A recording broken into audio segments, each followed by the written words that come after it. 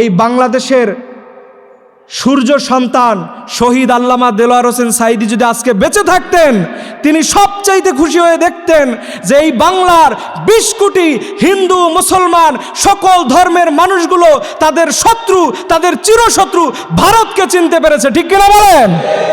এইটা দেখে উনি সবচাইতে বেশি আনন্দিত হতেন, কারণ ওনার আজকের এই মৃত্যু, ওনার এই শহীদ, ওনার এই জীবন দেওয়া, এটার মূল কারণ ছিল ভারতীয় আধিপত্যবাদের বিরুদ্ধে তার শক্তিশালী হুঙ্কার দিয়ে তিনি গোটা মুসলমানদের এবং গোটা বাঙালি মানুষদেরকে সচেতন করতে চেয়েছিলেন, ভারত আমাদের কখনো বন্ধু হতে পারে না, পারে না, পারে না।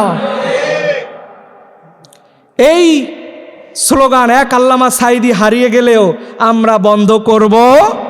আমরা এক আল্লামা সাঈদীর নাম দিয়ে দিয়ে এই বাংলার জমিনে যতদিন সূর্য উদিত হবে ততদিন এই বাংলার জমিনের আলেম ওলামারা ভারত বিদ্বেষী বক্তব্য দিবই ইনশাআল্লাহ বলেন। কারণ সার্বভৌমত্বের ব্যাপারে আমরা কোনো ছাড় দেব, এটা আপনি যেই হন, এটার ব্যাপারে ভারতের চোখ রাঙানি মুসলমানদের দেখার কোনো সময় নাই। আপনার ৩০০ কোটি জনগণ থাকতে পারে, কিন্তু আমার ৩০ কোটি মুসলমানদের যে তাজা ইমানি রক্তের পাওয়ার আছে, আপনার ৩০০ কোটিকে পিশাব করে দিলে আপনি ভেসে যাবেন ইনশাআল্লাহ। আর আপনারা অচিরেই, হয়তো আমরা সেই দেখতে পারি কিনা জানি না, এই গাজওয়াতুল হিন্দ হবে।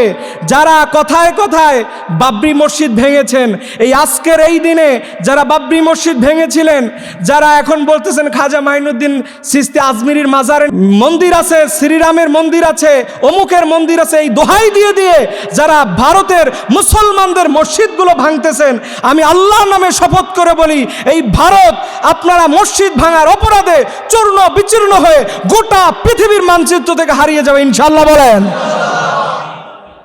আল্লাহ পাক রব্বুল আলামিন গোটা পৃথিবীর জালেমদেরকে যেন মুসলমানদের সামনেই আল্লাহ পাক যেন পরাজিত করে, সবাই বলুন আমিন। আপনারা সতর্ক থাকবেন, সচেতন থাকবেন।